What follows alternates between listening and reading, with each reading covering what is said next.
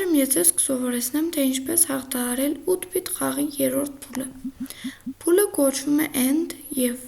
այս փուլը սովորեցնող փուլ է։ Ինչպես տեսնում եք, այստեղ ունենք երկու մուտքեր, AND տրամաբանական դարպասի պայմանական նշանը և մեկ ընդհանուր ելք։ Եկեք մուտքերը միացնենք AND-ի մուտքերին և AND-ի ելքը ելքին։ Այստեղ կստանանք AND-ի աշխատանքը, ինչպես տեսնում եք, 1-0 արժեքների դեպքում արդյունքը 0 է, 0-0 արժեքների դեպքում արդյունքը ևս 0 է,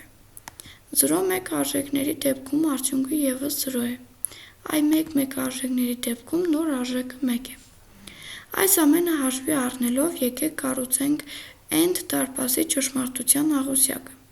0-0-ի դեպքում 0, 0-1-ի դեպքում 0, 1-0-ի դեպքում 0, իսկ 1-1 դեպքում 1։